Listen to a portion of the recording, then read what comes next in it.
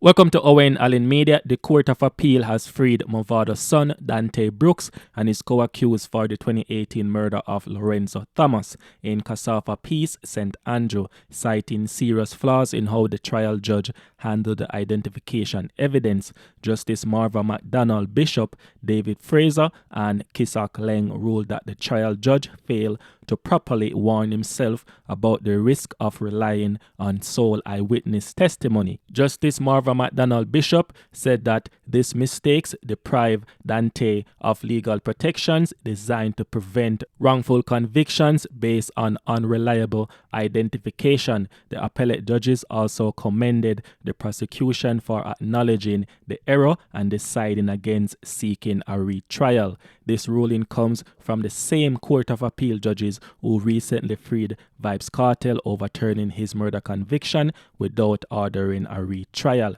Now, Mavado's son Dante Brooks was 18 at the time of his conviction and had been sentenced to life imprisonment with eligibility for parole after 22 years, along with additional sentences of 15 years for arson and 20 years for illegal possession of a firearm. His co-accused Hines received a similar life sentence with parole eligibility after 17 years and 15-year sentence for arson and firearm possession. The prosecution alleged that Dante Brooks and his co-accused Hines were part of a group of 5 men who stormed Thomas' home, shot him, attempted to beheaded him, and then set both his body and the house on fire. The case was built on the testimony of Thomas' father, who claimed he recognized his son's killers. However, the appellate court found that the trial judge's mishandling of this crucial evidence warranted overturning the conviction. St. James law enforcement officials are closely monitoring the impact